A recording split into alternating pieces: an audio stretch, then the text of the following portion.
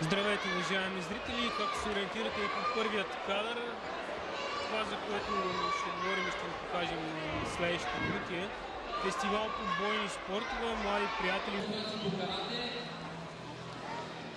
наблюдаваме демонстрация по таеквондо, която ще бъде кратичка, а на сметка на това ще бъде представена от съдиите по таеквондо ITF.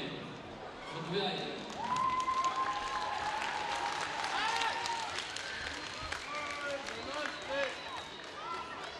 Ще наблюдавате отборна форма и отборна техника.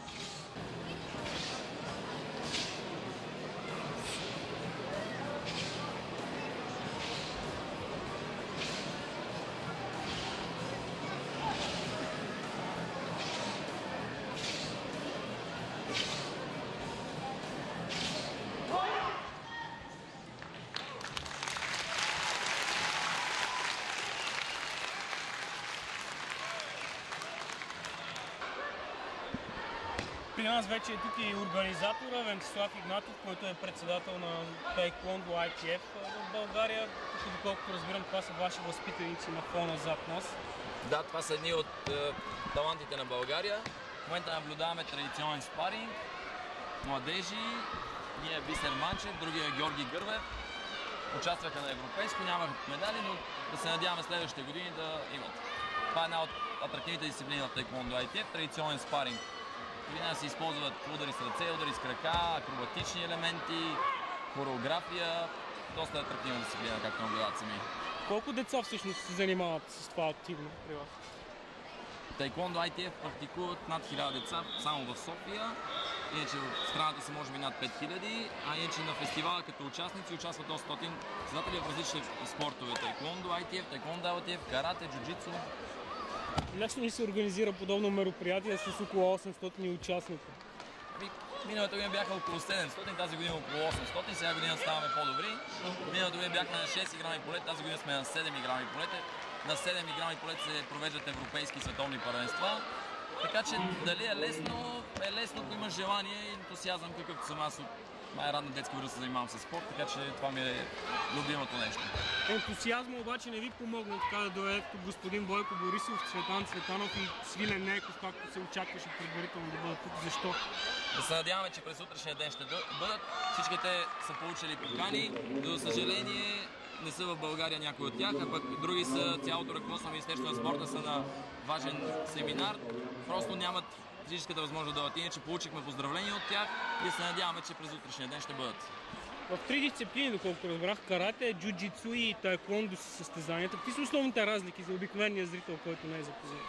Таеквондо дори има два вида, Taekwondo ITF, Taekwondo ITF. Едната е олимпийска версия, другата не е. Основната причина е, че в един вид таеквондо има удари с ръце в главата, а в другия вид таеквондо няма удари с ръце в главата. Другото е карате и джуджицу. Таеквондото е корейско бойно изкуство, пък каратето е японско. И оттам цялата терминология, наименование на удари, блокове или на японски или на корейски. Това са така основни разлики. Какви са наградите за участниците, освен медали? Има ли някакви финанси? За разлика от гала вечерите, които ги провеждат някои доста популярни спортни събития, ние акцентираме върху масовия спорт. Наградите при нас са единствено диплома и медал, което е много по-ценно от всякаква парична награда или предметна награда. Ние се мъчим да обучаваме децата на добри принципи, накратко искаме да станат добри граждани, а не да бъдат гладиатори или някакви подобни. За всички деца, които може би ще гледат този репортаж, ще им стане интересно и биха искали да запишат да тренират било таеквондо, карате, джуджицу. Къде могат да го направят в София, в страната накратко? Да, в София е доста популярни забойните спортове, всяко училище има, но ще посъветвам зрителите на канал 3 да проверят в кой клуб тяхто те желаят да запише, защото има много клубове случайни, някакви случайни треньори. Ние работим само с лицензирани клубове, само с сериозни спортни организации. Освен Българска асоциация по таеквондо, на която съм председател на Централен полицейски таеквондо клуб, който е винаги отворен за деца. Централната зала е на стадион Раковски. Могат да заповядат при мен лично, аз съм един от треньорите.